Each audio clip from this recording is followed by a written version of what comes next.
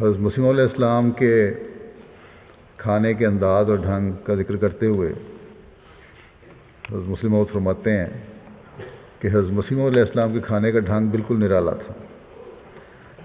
میں نے کسی اور کو اس طرح کھاتے نہیں دیکھا.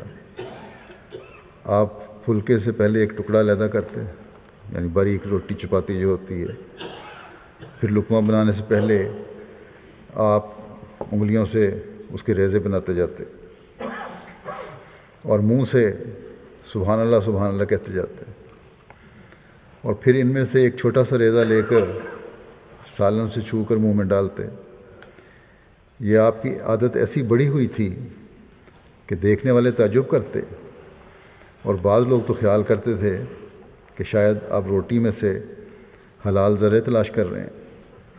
لیکن دراصل اس کی وجہ یہی جذبہ ہوتا تھا کہ ہم کھانا کھا رہے ہیں اور خدا کا دین مصائب سے تڑپ رہا ہے.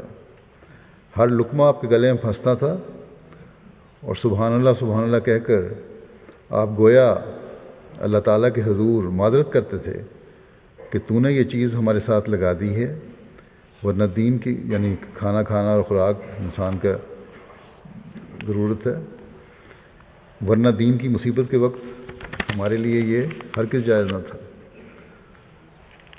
تو حضرت مسلم کہتے ہیں وہ غذا بھی جو آپ کی تھی ایک مجاہدہ معلوم ہوتا تھا.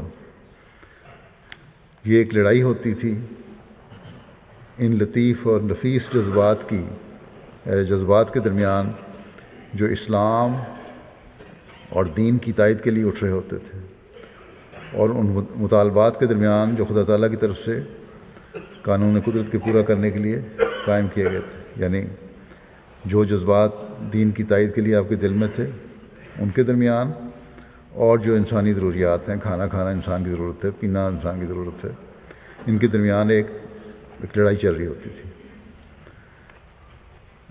آپ کا کھانا کھانا بھی ایک مجبوری تھی. اصل فکر آپ کو دین کی تائید کی تھی، اسلام کی ترقی کی تھی. اولاد کو بھی اپنی اطاعت سکھائیں گے، عہد وفا کیا ہے ہم اس کو نبھائیں